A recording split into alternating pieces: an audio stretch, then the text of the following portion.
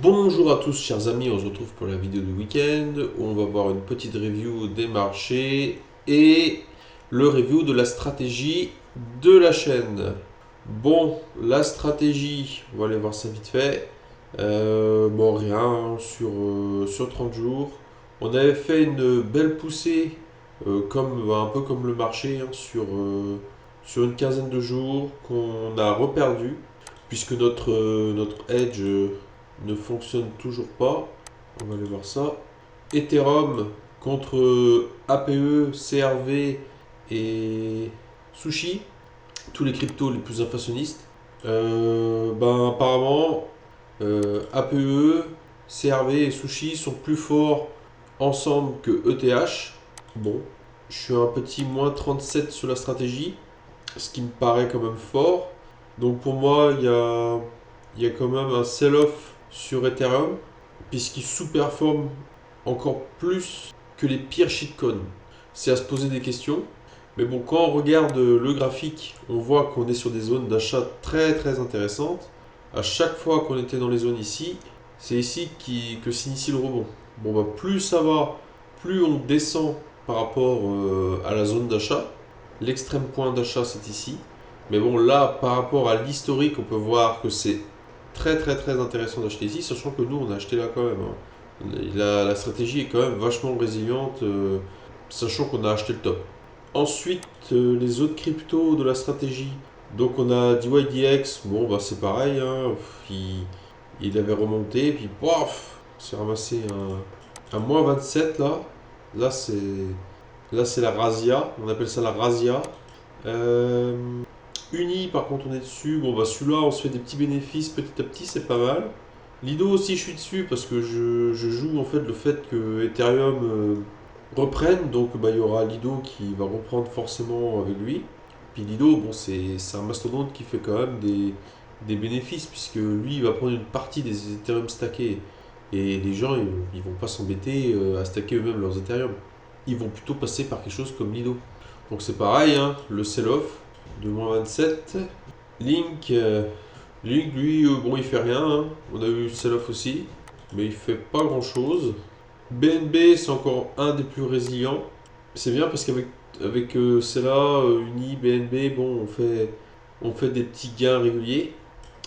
Et AVE, bon bah la même chose, hein.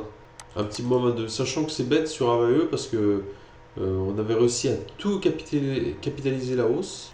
On devait avoir un prix moyen vers ici, quoi, mais à levier. Donc ça commence à être intéressant. Si ça aurait pété vers le haut, voilà, on aurait eu des bons multiples, comme au début de la stratégie, ici, quoi.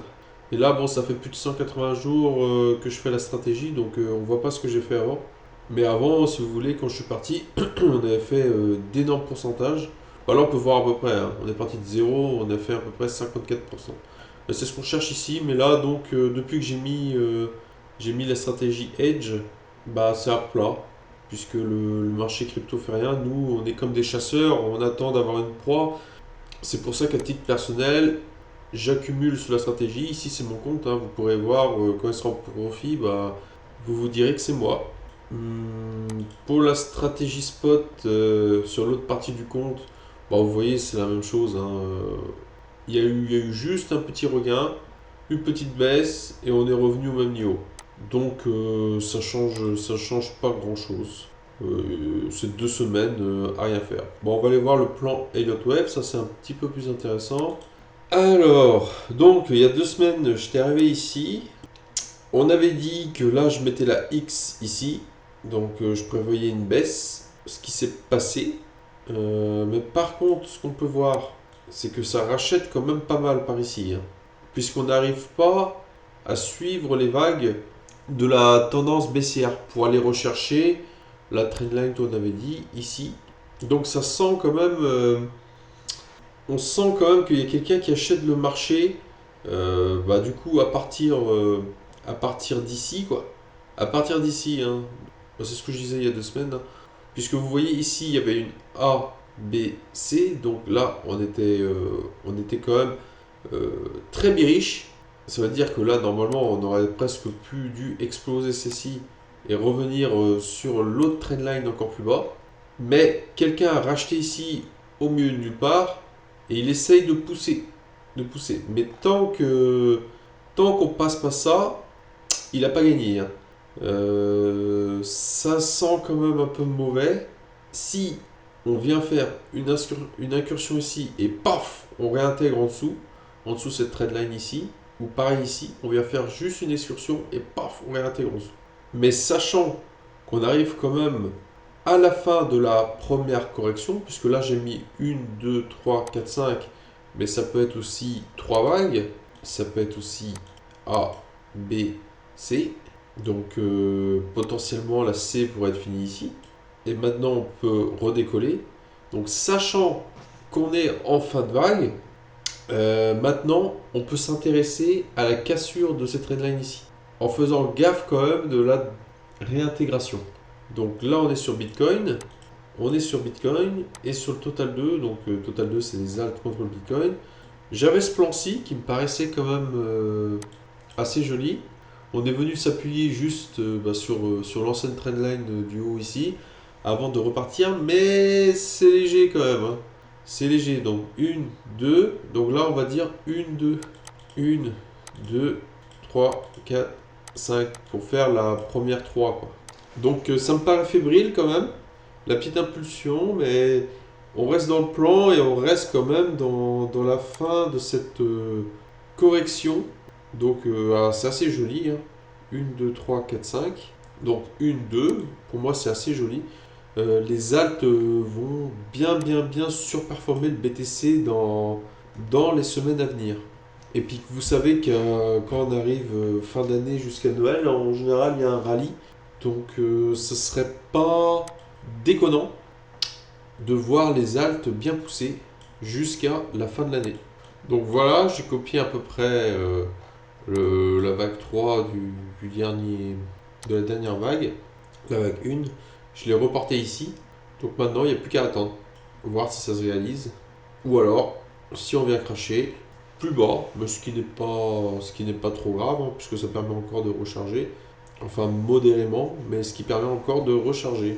Sinon, ce qu'on peut voir aussi, c'est que bon, bah, on a cassé la régression linéaire de baisse. Donc on a cassé la tendance ici de la baisse des bougies. On voit qu'on est quand même sur quelque chose de plus calme. Donc même qu'on peut évoluer comme ça, mais maintenant on est quand même sur une inflexion. Donc ça veut dire que là, c'est de moins en moins pendu vers la baisse, ce qui prouve quand même que ça peut repartir vers la hausse. Ce qui correspond à cette trendline ici qui est très jolie. Vous voyez? Et tout ça sachant que on est encore au-dessus du prix normal des altcoins qui doit se situer à 1,139 trilliards. Là, on est sous-évalué. Personnellement, je crois plus aux alts qu'au Bitcoin, puisque le Bitcoin, bon, on nous sort, oui, le Bitcoin, on l'utilise pour rentabiliser des centrales hydroélectriques, tout ça, pour de l'électricité verte. Je dis ok, mais c'est quand même pas très efficace. Si encore tout le hash rate était destiné à du calcul IA, voilà, Bitcoin, ça vaudrait une fortune. Mais bon, là, comme Bitcoin, c'est juste du calcul dans le vide, ça fait qu'utiliser des ressources et de l'électricité pour rien, hein. Donc, je suis pas forcément bullish sur le Bitcoin personnellement. Le seul truc qui me dit que Bitcoin c'est bien, c'est que c'est vachement décentralisé, puisque c'est sûr, il sera tout le temps en marche. Mais il suffirait que quelqu'un trouve un procédé à la Bitcoin, mais faisant fonctionner des cartes graphiques, ce qui était Ethereum quand il était en Proof of Work, et que cette puissance soit utilisée pour faire des calculs d'intelligence artificielle, bah là, ça serait quand même beaucoup mieux, quoi. Mais quelque chose d'intemporel, quoi, comme Bitcoin. Le problème des altcoins, c'est que ça nécessite beaucoup de maintenance. Et qui dit maintenance, dit régulation possible. S'il n'y avait pas de maintenance, voilà, on serait tranquille. Mais le modèle de Bitcoin, je trouve que c'est survendu. Donc voilà pour cette semaine. Si vous voulez copier ma stratégie en prévision du prochain bull market qui va arriver incessamment sous peu, le lien est dans la description. C'est 300 dollars de départ, hein. C'est pas moi, si c'était moi, je mettrais que 10 dollars de départ, mais c'est pour pouvoir prendre des tailles de position qui sont à minimum viables, il faut 300 dollars. Sinon, vous pouvez aussi rejoindre le Discord. Bien qu'on n'ait pas beaucoup pour le moment, mais bon, ça me ferait plaisir de discuter avec des gens intéressants. Et on se retrouve la semaine prochaine pour une nouvelle vidéo. Allez, ciao!